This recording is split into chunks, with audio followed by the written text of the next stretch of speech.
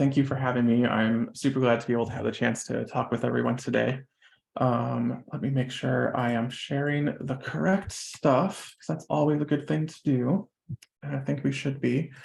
If anyone would like to follow along with the slides today, I have a link in the chat that you could use. If you want a different form of the presentation, I'm always happy to make anything for you. Just please let me know, and I will get started on that as soon as I can and get something to you. But yeah, so we're going to talk a little bit about ARIA and accessible names, descriptions, all kinds of fun things like that. I want to give a quick shout out to my friend Keith, who I think is here today. I presented this with him as part of the IT Professionals Forum last semester. Went pretty good, and I'm hoping that this one goes equally well. If anyone has any questions, please throw them in the chat. As I'm talking, I am here for you. I would much rather answer your questions as they're pertinent and on your mind rather than something at the very end of the presentation. If there's too many, I might put them towards the end, but usually there's enough that I can keep up with them in the midst of our presentation. So what we'll be talking a little bit about today is what ARIA is. I am very sure there's probably a lot of folks here that aren't super familiar with it or have only heard it in passing. What it is not, when ARIA usage is appropriate, when it can best be used and utilized. A little bit about accessible name calculation and some of the intricacies that are present behind the scenes that browsers and different applications on computers use with assistive technologies to make sure that everything is announced or interactable or anything like that for folks that use those assistive technologies. A little bit about the accessibility tree, which is very similar to the document object model for the developers that are here. And then a little bit of Q&A. I know we got started late. I'm happy to stick around a little bit late for folks that do want to chat and discuss and have questions. That's no problem at all. I'm here for you. So let's get started. The very first thing that you'll want to know about using any ARIA or even looking at what ARIA is these three principles that are on the screen here. So the first one is that no ARIA is better than bad ARIA, which will make a little bit of sense as we keep on talking. The second one is that a role is a promise. If you tell a browser that something is a particular thing, then it's expecting that thing to behave in that way. And finally, that a very superhero-esque thing: with great power comes great responsibility. ARIA can be really helpful, but if it's not used in the right way, it can be really damaging. So it's really important to understand what it is and why it is before you decide to use it in your application or your web page. So if you've not heard of ARIA before, it's a part of the wonderful world of web acronyms. That stands for Accessible Rich Internet Applications. It's an older standard that's been around for quite a while and has been developed over time as technology has developed with it. It functions alongside and depends on HTML and JavaScript to add accessibility features. It's a common misconception that ARIA alone can just make things magically accessible, but that's not really the case. There's a lot of other work that has to go into it to make sure that it can function the way that it's supposed to. And as such, it does expect that you're using proper and semantic HTML. If that's not there, then it's not going to work right, and it might actually do some things very badly if that kind of stuff isn't there. It is absolutely not a substitute for semantic, appropriate, standardized HTML in the first place. If you don't have that in your web page, make an effort to include that first. There's no silver bullets or anything like that that comes with this kind of thing. It all has to be done the right way and according to appropriate specification for it to work the way that it's supposed to. So whenever you have the option to use any sort of native HTML, a semantic HTML, standardized, up-to-date HTML, do it. It's the best possible thing you could possibly do. And if you can do that, the chances that you'll need to use ARIA, something that can be very much time bomb if it's not used right, the chances you'll have to use it are a little bit less. So ARIA isn't, like I mentioned, a fix for every accessibility issue.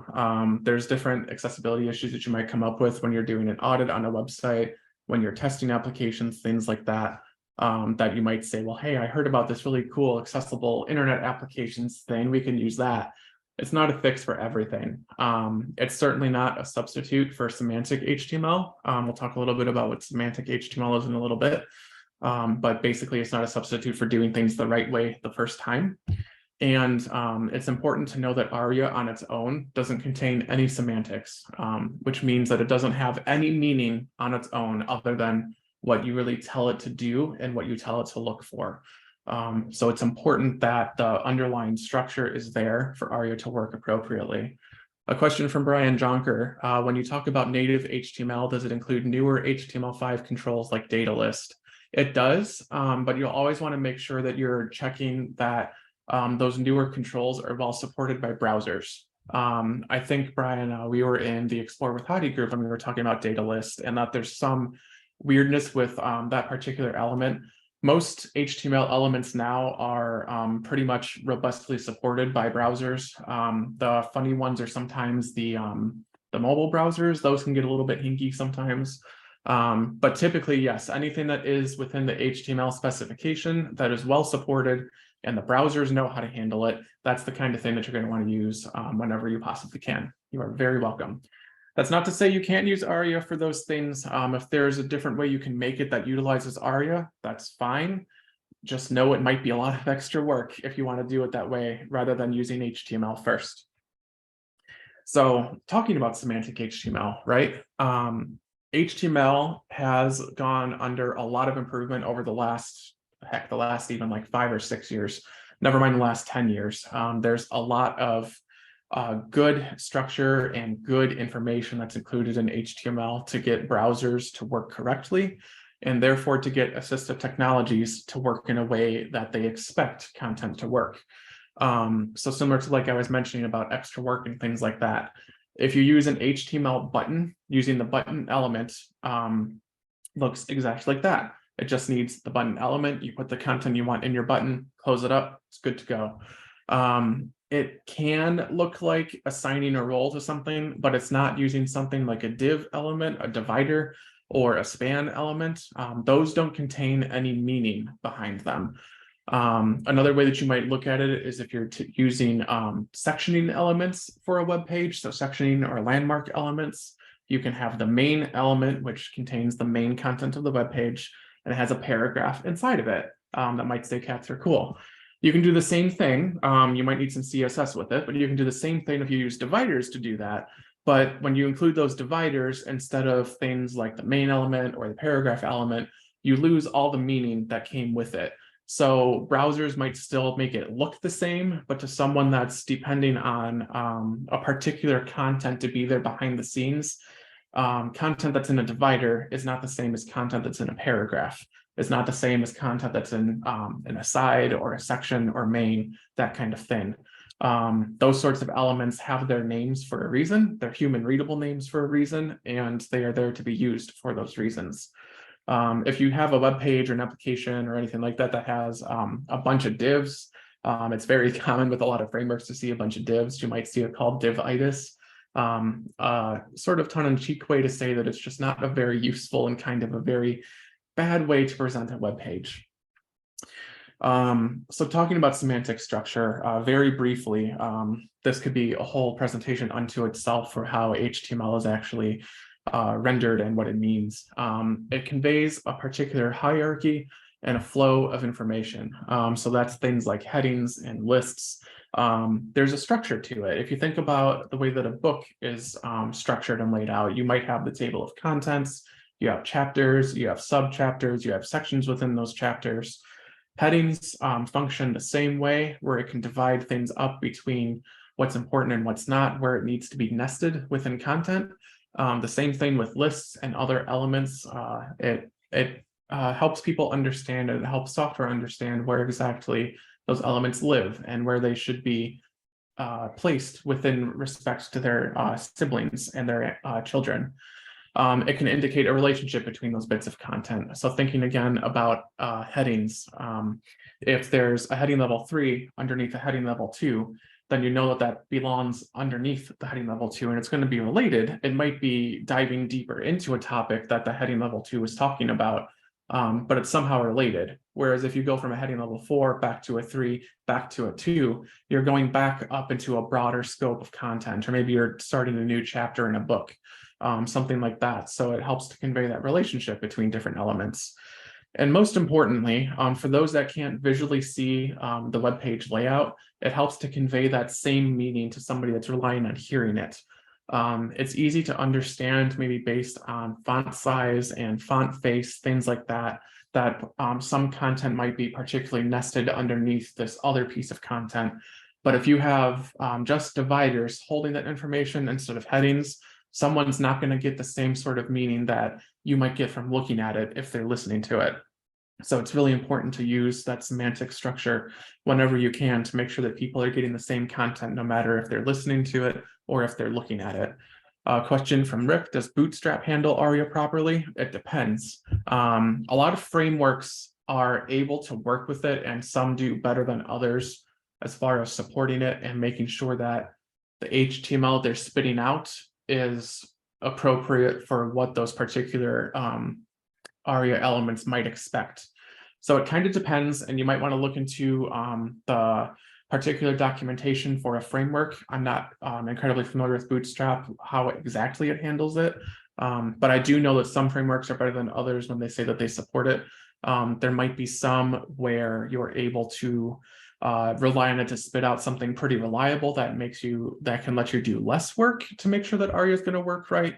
Or it might spit out something that is very proprietary, and there's going to be a lot of extra work that you need to do to make sure that what the ARIA markup is looking for is actually there in the markup that's spit out by Bootstrap or the particular framework that you're using, if that makes sense.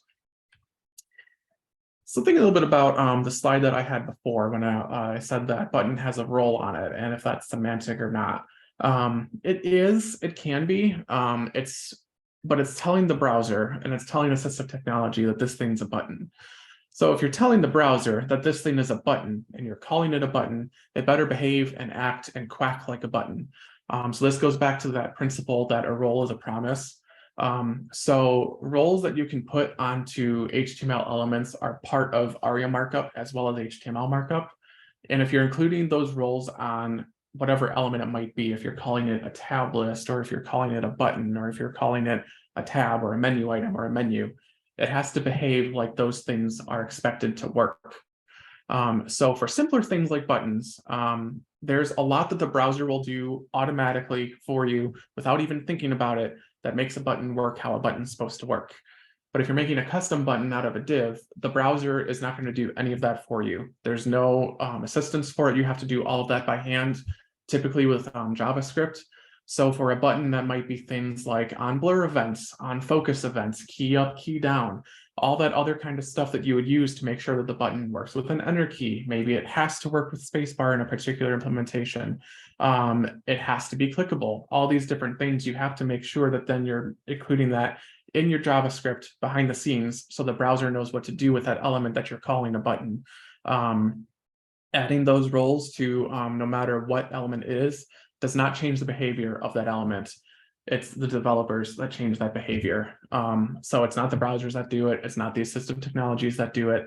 It's the developer. And sometimes that might mean that because you're using an older form of HTML, or maybe it's an older application, or all these other different reasons you might be using roles instead of semantic HTML, you're then going to have to create a whole lot of extra work for yourself or your developers to make sure that those things work the way that they're supposed to.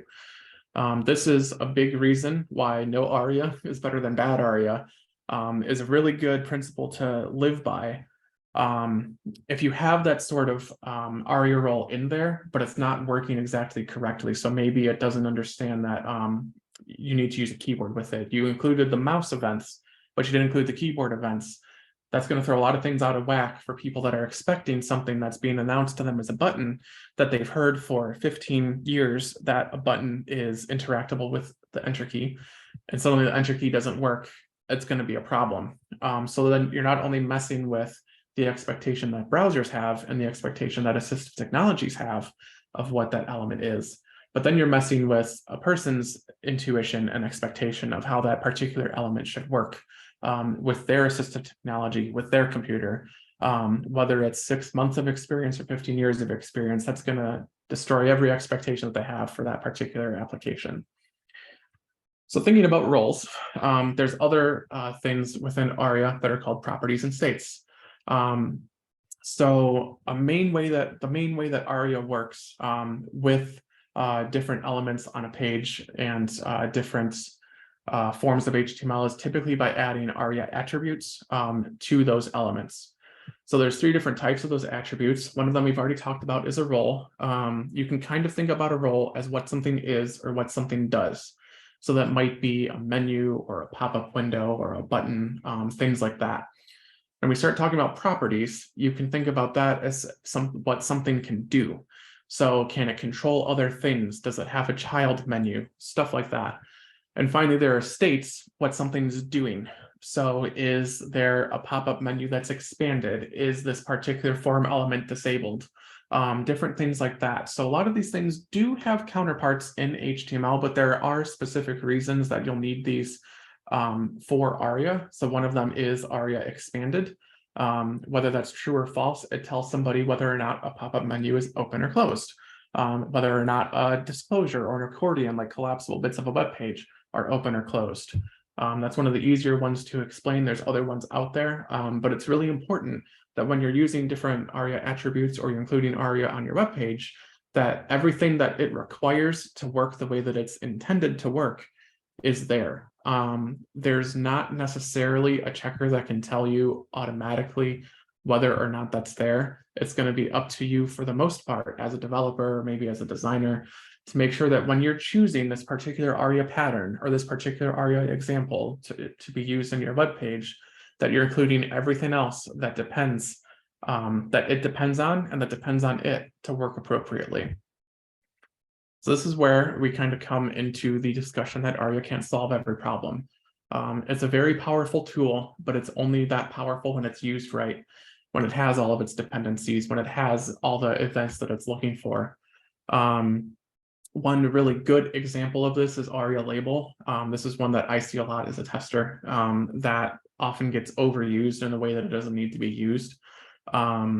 It's something that as a label element might imply provides a label for something, reads out a name for something, whatever that might be. But do you really need to use an ARIA label for it? You can probably just use an HTML label instead. You may need to do a little bit of extra CSS work or design work to make it look how you want it to look, but it is always better to use that HTML element instead of the ARIA element when you can, so that you're not introducing extra overhead on your end, you're not introducing extra points of failure for your users. Use those things instead. Something else you might question is, why is there a reason for choosing ARIA hidden? Why is there a reason for not making this particular thing a field set? There's a lot of different rhetorical questions you can put into here, but basically it's just to kind of prompt you that anytime that you're using it, make sure you're kind of asking, why are we using ARIA here? And is there a good reason for us to use it? And are we using it correctly? So with that power, of course, like I mentioned before, comes responsibility, right? So native HTML, simple JavaScript, and judicious ARIA use, whether it's called for or not, is going to get you really, really far in your particular application, no matter what it is. So make sure that you're asking those questions of yourself, of your developers, of your product owners, whatever it might be, to make sure that you're using the best tool for the job instead of just trying to get something hacked together to work the way you want it to work. So thinking a little bit about the name of the presentation, right? Like what's in the name. So talking a little bit about accessible names, I alluded to that before. This is one of the primary reasons that ARIA is really helpful for different parts of a web page or different parts of an application, is to help provide a name or a description for different parts of a web page. So it can help browsers and assistive technologies that people are using to navigate the web and use those browsers compute or calculate or better understand an accessible name for something. An accessible name, while it sounds kind of maybe a little bit esoteric, is just simply how screen readers or voice-to-text software, any sort of assistive technology is going to interact with that particular element. So for mobile apps, you might think of this as like a rewind button or a play button or a pause button. Are those things actually called a rewind button, a play button, or a pause button? Or are they called PB.01247, something like that. That's not a very accessible name. So you do want to make sure that when you have an accessible name, that it's actually something that's logical and makes sense, matches its visual appearance for someone that's sighted, that's looking at a web page, and matches its function for someone that's listening to it. A very simple thing to think of that provides an accessible name is a label for a form field. So a form field that says credit card number is very clearly asking for a credit card number. If there's credit card number text above an input field, but then that input field is named CC1234, it's not going to be clear what that is to somebody that's listening to the web page. Someone that's sighted might get it, but someone that's listening to it won't. Likewise, if someone's using voice-to-text software to interact with your web page and they say, click on the credit card number field, there's not going to be anything called credit card number for it to actually click on. They're going to have to know whatever that magical name is that you gave it behind the scenes to be able to click on it the right way. So it's really important that accessible names are understandable and make sense in the context in which they're provided. So thinking about how we get names from things, there's a lot of different ways that you can do it. I will again make sure that I plug the fact that you're using HTML elements to do this. But primarily there's an order through which accessible names are derived from particular elements. So the first thing that's going to be looked for to provide that name for something is the attribute called ARIA labeled by. So this would be an element that is labeling another element. It's labeled by something else. This might contain a list of different ID references that are provided through HTML. These references get concatenated into one thing. So if it says credit card number primary, you can include those two things that get concatenated into one name. This particular ARIA attribute does have two L's. It does follow the international spelling. Most things within ARIA do follow the international spelling. So make sure that if you're using it, you're making sure that there's two L's in there if you're trying to get it to work. Now, if ARIA labeled by isn't there, the next thing that the assistive technology and the browser are going to look for to give a name to this thing is ARIA label. This attribute, like it kind of says, gives a label to something directly. There are restrictions on what ARIA label can be applied to, but it's basically human readable text content. This is not the same. I've fought with vendors about this before till I've been almost blue in the face. They ask me why the name attribute isn't used as the accessible name. I have no answers for that because the screen reader vendors decided that doesn't work. The name attribute itself is a computer readable name. We're talking about human readable names. So when you have ARIA label on something, you're going to want to give it that type of human readable name, whatever makes sense in the context which the content is provided. If those two things aren't there, then the next thing it's going to look for is whatever inner text content is inside that element. So this might be something like a button or a checkbox or an input field. It's going to look for whatever content is inside that element. That's how it's going to get named. So you might have a button that has pay now as its inner text content. If that makes sense when you're listening to the content of the web page, then you don't need to use ARIA labeled by or ARIA label to give that information. It's going to get that name from the inside of the button or whichever other element it's getting that from. This again only applies to certain elements, so you're going to make sure that it's being announced appropriately, but that's where it's going to get it from.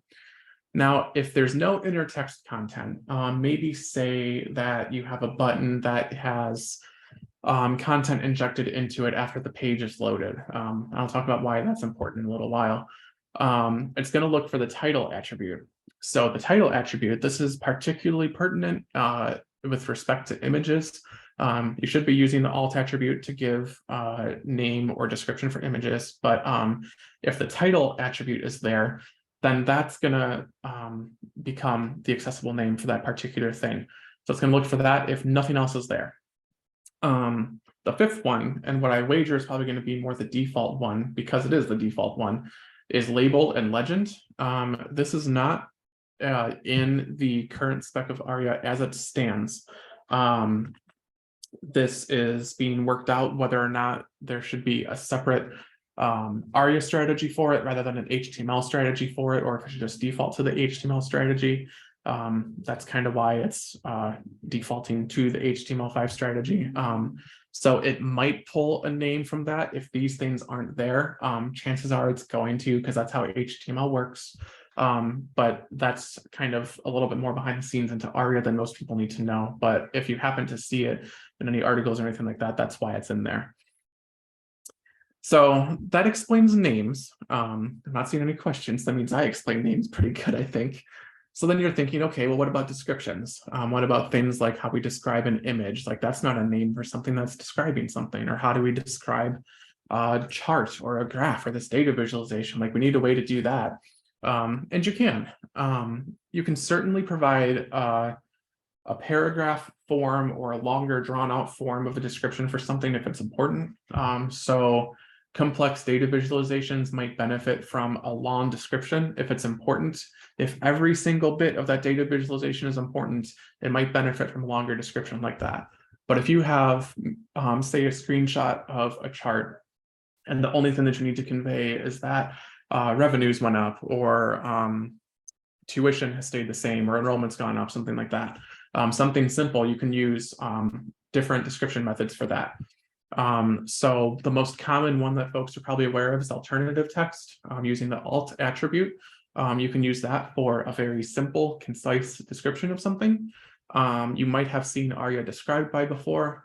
These are the two main ones, but there is another one in the works. And as I mentioned, this is accessible descriptions are mostly useful for images, error messaging, complex diagrams, things like that.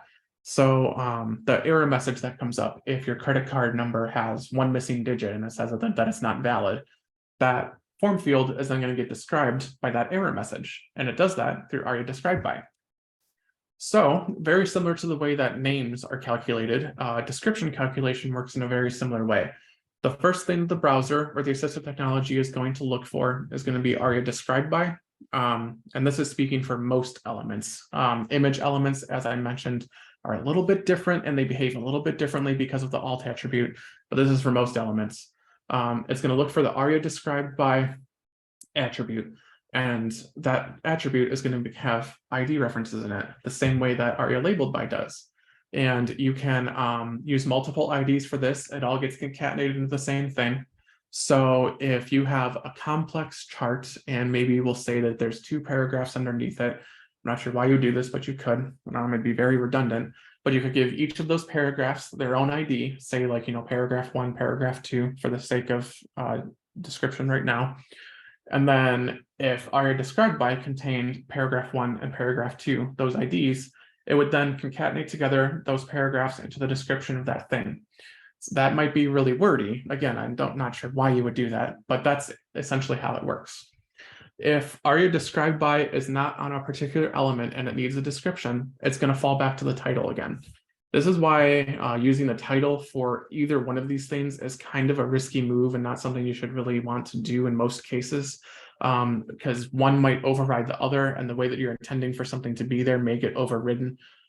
So if there's a better way to do it, in this case using ARIA, I would recommend that. But if that's not there for whatever reason, you can use the title. Thirdly, and hopefully soon, I think it's still in the works, there's an ARIA description attribute that's going to be coming, hopefully, I do hope soon, that will kind of be like that long description paragraph, but instead you can put all of that into something behind the scenes inside the code. So if for whatever reason you didn't want that visible, there's another way you could do that. Chances are, though, if that longer description is going to be helpful for someone that can't see the chart, it might be helpful for someone that can see the chart. If they need to zoom in to a large degree, they might not be able to see the whole thing all at once. You're going to want to kind of think about if this is useful for a particular audience. Is it going to be useful for everybody? It's going to be useful for other audiences as well. So that's something we're going to balance too when you're trying to decide whether or not that something's going to be visually hidden or not. So, as all that might imply, ARIA takes quite a bit of know-how and understanding to be used correctly. It takes a lot of expertise to debug.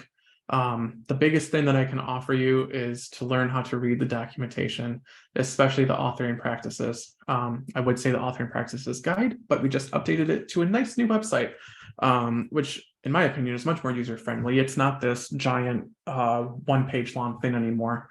But there are different examples of patterns you can use. So how do I make a modal with ARIA? How do I make a menu? How do I make a button? If you wanted to do those things. The authoring practices are not meant to be copied and pasted from. The code that's there is not production ready at all, but it should give you enough information to be able to slot what you need into your particular implementation of something.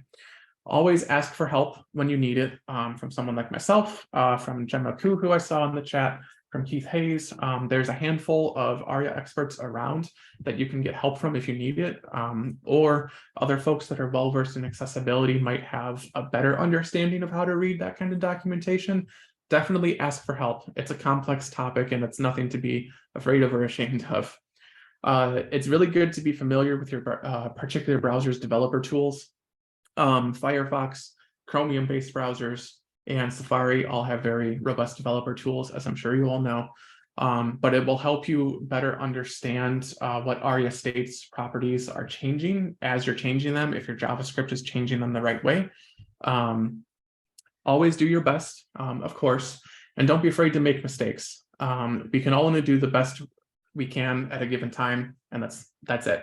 So always understand that you might be able to make improvements, but if you're trying to do your best and you're trying to do the right thing and you're genuinely trying to help people, it's going to be a lot more understood that if you can go to somebody and say, like, I'm sorry that didn't work right, we're trying our best to be able to do this thing, thank you for telling us, we'll look into it and make it better next time. It's going to be much better than either coming after the person, saying that, well, it should just work, I don't understand why it doesn't, or not trying to make sure that their experience is better where you can do it anyways. Finally, and this goes for a lot of things, don't expect to be an expert overnight. I've known people before that say like things, like, I just don't get it, and this is really difficult, and I'm trying to do this, but it's not working. You're not going to be an expert overnight. I've been in the ARIA authoring practices group and working group for the better part of 7 or 8 years now, and there are still things that I'm learning. One of my colleagues at Apple, he's been doing this for about 15 years, and I think he said in a recent meeting, I'm still learning things. So don't expect to be an expert overnight in any of this. A good comment from Dina, how to reconcile, don't be afraid to make mistakes, with no ARIA is better than bad ARIA. I would say in that case, judge whether or not you absolutely need it. HTML is very powerful. There's a lot that it can do on its own. And if it's a case where you absolutely do need it, then try to use it and do the best that you can with it. If it's a case where you don't need it, and maybe there's an HTML element that can do it instead, like maybe you were trying to make a custom button for whatever reason, and of course you need ARIA to do that, can you use an HTML button instead? Can you use an HTML label instead? That, I think, is where the intersection of those two things come in. ARIA is absolutely needed in some places, but in other places it's not. So try and judge whether or not it's absolutely needed, and then if it is, do the best you can. That's all anybody can really do. And unless you're an absolute whiz at ARIA and JavaScript, mistakes will happen. It's just kind of the way that it goes. But that's why you have testers and a bunch of other people that you can ask to say, hey, can you check this thing to make sure that it's working the way that it should and the way that you expect? That sort of thing, to be able to better understand where those mistakes are, and hopefully you can catch them beforehand. Or a tester can say, this thing's not being announced the way that I would expect it to, can you please fix it? You might not be able to say, yes, I know how to fix that right away, but you might be able to say, okay, I can look at it and see where something's going wrong. Can you try it again after I make this particular fix? Or if you happen to get someone like me, you might be able to be lucky where I can say, oh, this particular attribute is wrong, you need to update this way, go from there. Would you recommend learning and testing with a particular screen reader, and can you be misled by being a sighted person incorrectly using the screen reader in a novice way? That is an excellent, excellent question, Lawrence. And I think that also could be a whole presentation on its own. If you would like to learn how to use a screen reader, I would recommend NVDA, non-visual desktop access. It's free. If you can donate to them, please do. They've been producing that product for a long time, and it's an excellent screen reader. The nice thing about NVDA is that it doesn't try to make guesses at how things should work. One of the other major screen readers that you may have heard of is JAWS, stands for Job Access with Speech. It's also a phenomenal screen reader. I mean, all three of the big ones are, because there's only three really out there. But JAWS is great for users sometimes because it tries to help and better understand based on context and how things are arranged in a particular web page. This is how this thing should work, I think, even though it's not coded correctly. In the same way that browsers have a lot of really good error correcting and they try and fix things. NVDA won't do that. If something isn't coded correctly or in the way that NVDA is expecting it to be, it's not going to work right. That being said, though, I would try and say, and this isn't always possible because of the lack of knowledgeable testers, not only on our campus, but on every campus and just about every company that's out there, that if you are not particularly skilled in understanding why a screen reader is doing what it's doing, not so much because you're sighted in using one. There are sighted folks that use screen readers for different reasons, but understanding why it's doing what it's doing, or why it's announcing what it's announcing, or why it's in a particular mode, then you may want to be a little bit cautious testing with it. You are absolutely correct. It is very easy to be misled into thinking that, well, I tested this thing with NVDA and it wasn't working right, like help us fix it. And it comes to somebody, like me or, us in QA, and we're like, well, no, it's working just fine. Like, what's going on? And then there's a lot of back and forth. And then you would come to find out that someone did try doing the right thing, but wasn't correctly understanding that maybe the screen reader was in reading mode instead of interactive mode. And if it flipped into interactive mode, then everything worked correctly. Or another big one is tables. If you're using appropriate keyboard commands to get the screen reader to navigate through tables the right way, it's going to work a lot better. Whereas if you're going through it the basic way, it might work, but it might not, depending on the table. So I'm not sure that I would recommend testing with a particular screen reader until you're comfortable with the particular quirks of it, at least enough to understand how to look for guidance. Like a lot of things, I think that if you know how to look for what's going wrong, then you're probably in a pretty good place to be able to use that particular thing. If you know how to read a framework's documentation and you know where to look for why this thing is not doing what I want it to do, even though I put it in the JavaScript the way it said, you can probably still use it and get through it. But if you're just trying to copy and paste something out of the framework and it's not working, then that's going to lead to, like a lot of Googling. You're going to end up on Stack Overflow for 5 hours. You're going to try this thing that someone suggested 5 years ago. It's not going to work because it's out of date. That whole thing, that's where it gets a little bit tricky. So I think, yeah, if you're comfortable with knowing that you may not know everything about it, and you're comfortable with knowing that you're going to need to learn about it, then by all means try. But I would not necessarily take your voice as the authoritative one. Like in computer science, if you can explain it to the rubber ducky, then that's probably good because you know what you're doing. But if you can't really explain it to the rubber ducky, then I would probably familiarize yourself with knowing about the thing from an outside perspective a little bit more first. I hope that all makes sense. It's a very long-winded answer, but it's kind of complicated. But I'm really glad that you asked it. Lots of good conversation going on in chat, which I think will be really helpful too. So thinking a little bit about how browsers interact with accessible code, with code that's meant to help with accessibility, and how assistive technologies interact with the browser to interact with that code. There's a thing called the accessibility tree. Sometimes it might be called the accessible object model, but basically it's the accessibility tree. It's the same exact thing as the document object model, but slightly different. There's just a little bit less information in it. So for those of you that have never understood how browsers parse web pages or applications, here's a very quick crash course that's not meant to be anything super duper authoritative, but hopefully will help you. Thank you, Keith, if you're still out there in the audience, for making all these wonderful slides that I'll be using. So when you write your HTML and it goes into a web browser, it might be something really basic, it might be something really complex, but the browser is going to take that HTML and it's going to read through all of it. It's then going to decide, okay, what order is this document presented in? What order are the elements on the page? There might be things like headers and titles and bodies, divs, paragraphs, all that kind of stuff. How does this all relate to how I need to display the page? Then it's going to display the page. For someone that's cited, you're going to see maybe that it has a heading, it's got some simple text, maybe there's a link in there, that sort of thing. As it's making the page for someone that can see it, it's also going to render something called the accessibility tree for folks that might not be able to see it, or for folks that are interacting with their browser in a way that is different from standard.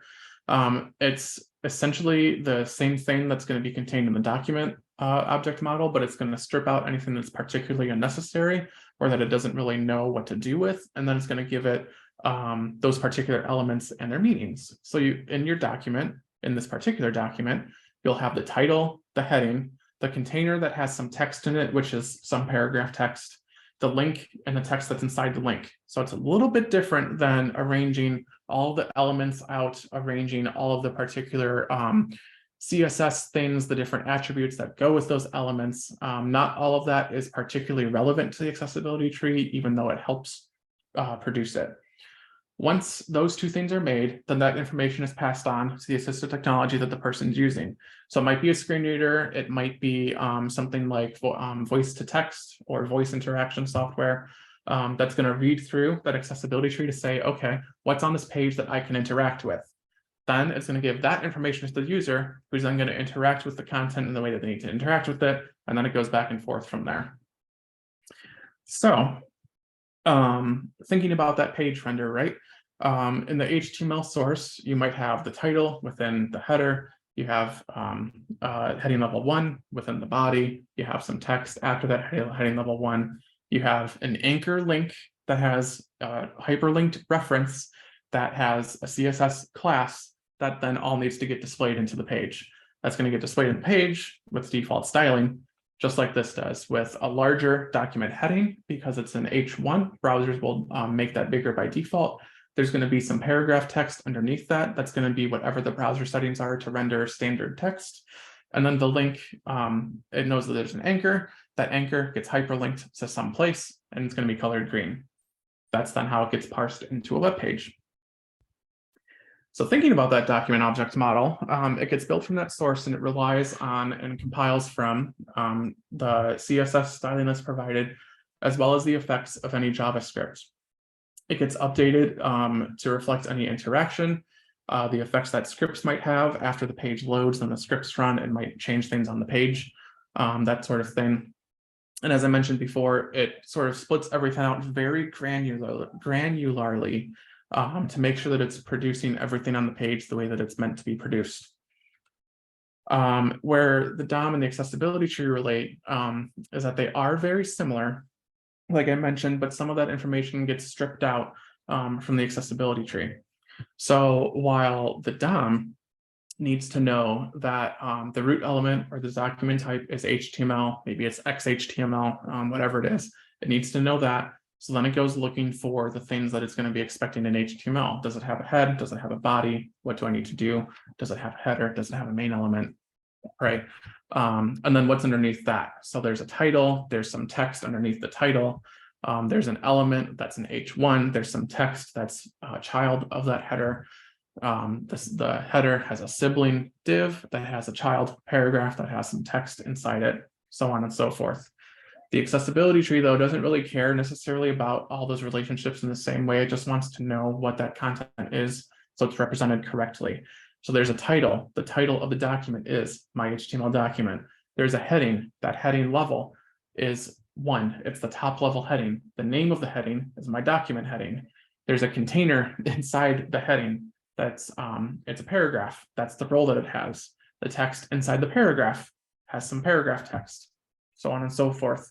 So you can kind of see how each of these trees are very, very similar, but they render out different information for different parties. As it's getting made, this is the way that it's going to end up representing this information. So it will sort of squish some of it, and it gets sent into one particular, I don't want to say element again, but one particular tidbit of information for that particular assistive technology to interact with. As Gemma points out, you can see the accessibility tree in your developer tools. Chromium browsers provide it, Firefox provides it as well. There should be an accessibility tab that I think provides it off to in a separate window from your developer tools. But you can see the same exact thing inside there, as well as the information that it's pulling out from those particular elements. So I think that's most of my spiel. I went through that kind of quick, but I anticipate there's going to be a lot of questions. But before we get to questions, I know that there's going to be some questions about, okay, well, where do we go from here? How do we learn more about this? The first big one that I would say is the ARIA Authoring Practices Guide. As I mentioned, it's now its own full website on the W3C's website, and it is wonderful. If you have any feedback for it, it is definitely welcome. It's brand new redesign. I think we only finished it a couple months ago, but it's in a really good place, and I think that y'all really like it, and it'll be really useful if you're trying to build different ARIA widgets. Another thing that you can use are the Web Accessibility Initiative. As part of the W3C, they have a set of accessibility principles. And those principles can provide personas for you if you're trying to come up with personas to test with. It provides different tips that you can use, guidelines outside of the Web Content Accessibility Guidelines, but some different ones to follow, and a lot more things. The Web Accessibility Initiative does a great job at getting resources out there, so I definitely encourage you to check that out as well. If you have any questions for me, you are always more than welcome to call me or email me, anything like that. I will type my net ID in the chat because it is the worst net ID in existence. If you would like to use it, I think you can use @illinois.edu too. That should get to me. If there's even more that you would like that I didn't cover, and you want some more basics to go off of, or you want to dig your teeth into some more articles, the Mozilla Developer Network has a really great article about using ARIA that's geared for developers. WebAIM, Web Accessibility in Mind from the University of Utah, they have a great introduction to ARIA. Smashing Magazine very recently had an excellent article on ARIA introductions as well. And Level Access, one of the bigger accessibility testing companies, also has an excellent webpage about how browsers interact with assistive technologies, as well as ARIA on those web pages, and how it all sort of enmeshes itself together. If you'd like some more stuff about disability and accessibility in general, I would highly recommend this blog by Amani Barbering, Crutches and Spice. She is a Black woman with CP, I believe, in Canada. Don't quote me on that bit. But she talks about a lot of different things that relate to living with a disability, from finances to relationships and technology and all sorts of things. And Andrew Gerza, who is a wonderful speaker and advocate for queer issues and disability issues and the intersection of those, also a really great thing to look into if you want some more information. If you'd like to be certified in any of this, whether it's basics or more advanced things, I have a shameless plug for Urbana-Champaign's IADP program. As Sydney mentioned, I am an instructor, but that doesn't make it any less of an excellent program. I would highly recommend you or encourage you to look into it if you would like to learn more about accessibility basics, disability fundamentals, law stuff, tech stuff. We cover a lot of different things.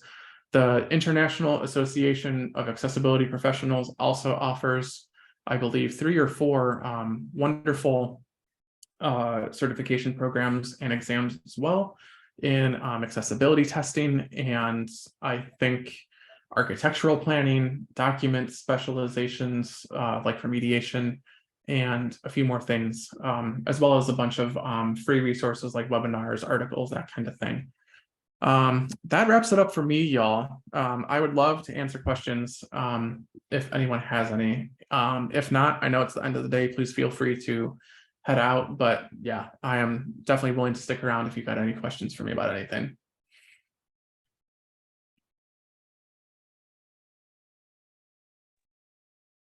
I was going to say we have to give Mark a virtual round of applause. That was Yes, excellent. for Thank you sure. so much. Yes, thank you, Mark.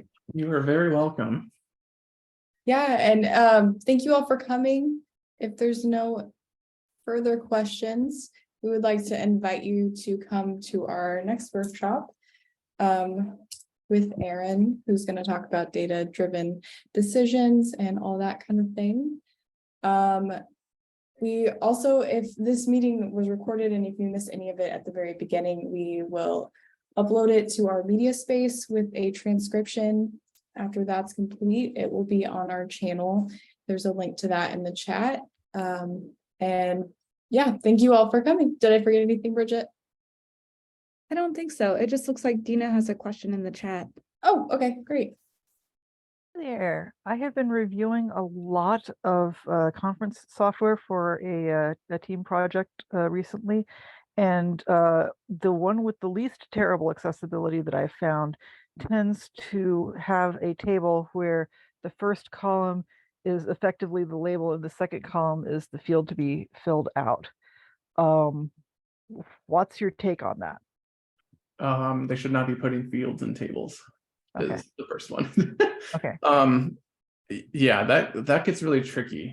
So this is one of those places where it can be really easy to overload semantics and the browser's understanding, never mind assistive technology's understanding of how things should work together. So tables, particularly when they're being used just for laying out information and just to make things look nice and aligned and whatever, you can use a grid for that. There's not really good reason to put it in a table. If it's got form fields in it, as you mentioned, there's a lot of things that browsers in HTML will let you do that does not necessarily mean that you should. And knowing this is a vendor, they may not be apt to change that. This is one of those places where you could use ARIA to help make better sense of things. But even then, so if this column has you said like that the column has the label for the thing and the next column next to it is the where you type it in. Okay, so the trouble with that then is if you do use ARIA on the particular input field where you're typing in information to give it a label, in isolation, that's fine. That makes sense, gives it a label, that's great. The problem then comes in though, when you're using a screen reader to navigate through a table that's in reading mode, which a screen reader will expect because it's a table that contains tabular information. It's then going to get to that interactive content. And sometimes if there's interactive content like input fields inside tables, it'll freak the screen readers out and they don't know what to do in the first place. There's one application I'm working on now that does have something like that, where you have to tab all the way past them to the end of the page and then go backwards to get to them to actually be able to hear everything the way that it's meant to be. The other problem with that then, which is less of a problem, it's more of an annoyance. It would be great if it wasn't there, but if you can get to it in a way that's useful, you're going to have doubled up announcements for what those labels are. So the column on the left that has the visual label for the thing, your favorite cat, but then the column on the right has an ARIA label, your favorite cat. You might end up getting something where you get to it and it says your favorite cat, edit blank, instead of your favorite cat, edit blank. You're going to get those labels twice. So this system is not sophisticated enough to have ARIA labels, but its competitors, unfortunately, are a entirely visual site with absolutely zero semantic structure of any kind anywhere. And something that traps your focus every single time you tab into anything in a way that completely obliterates the rest of the page. So while it's not ideal, I feel like it's currently the least terrible of a very bad lot. Yes, and that is an area where it may be worth discussing with the IT ADA coordinator at your particular campus. Like for us in Urbana, that'd be Keith Hayes. Typically, you do have to go with the least bad option. And yeah, I think in that case, even if you can't manage to shoehorn anything in that would give that field any sort of label or name in isolation, it could be worked around because you could have someone, or you could prompt folks that they have to read the column header to know what the label for that thing is. But then that depends on if the table is written in the correct way. So like there's a lot of things, the tables get really funky with how they there's a lot of specifics that need to be done to get tables to read information correctly to a screen reader. So yeah, I think that if that's the case, having something that would prompt the user to know that, okay, when you're in column 1, that is the label for the field in the next column next to it, might be the least bad option. But really just kind of depends, particularly on that use case and how things are going to go. Okay. I know that's not a great answer, but it's complicated.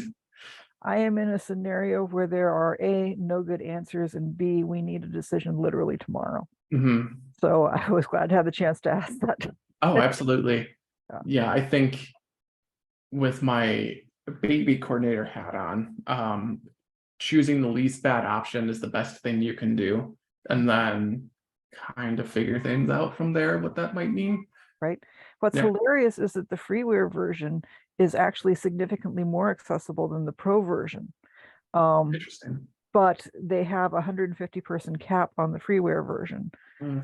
So we may need to use the freeware version just for the, couple dozen people who are going to be submitting papers, and find something entirely else for the full registration, system management, etc. Mm-hmm. platform. I wonder if they updated the freeware one after the pro one or something like that. Yeah, it's like, Well, no, what it actually is that the pro one gets fancier. I gotcha. And Yeah, and your that, fancier stuff trap stuff. right. In that case, I'm pretty sure the answer is that you have to choose the most accessible thing that meets the business need And is also legal to use. and is legal to use. Yes. Yes. Yeah. Yeah. I hope that helps. Yes, Daniel, we do need to make Dina queen of the world. There's a lot that Dina does and knows that is miles beyond any of us. Do we have any more questions or final things before we close out our meeting here? All right, well, I'm gonna put some links for WebCon in the chat. You can kind of check those out. Follow us on social. If you have any questions, you can reach out and email us.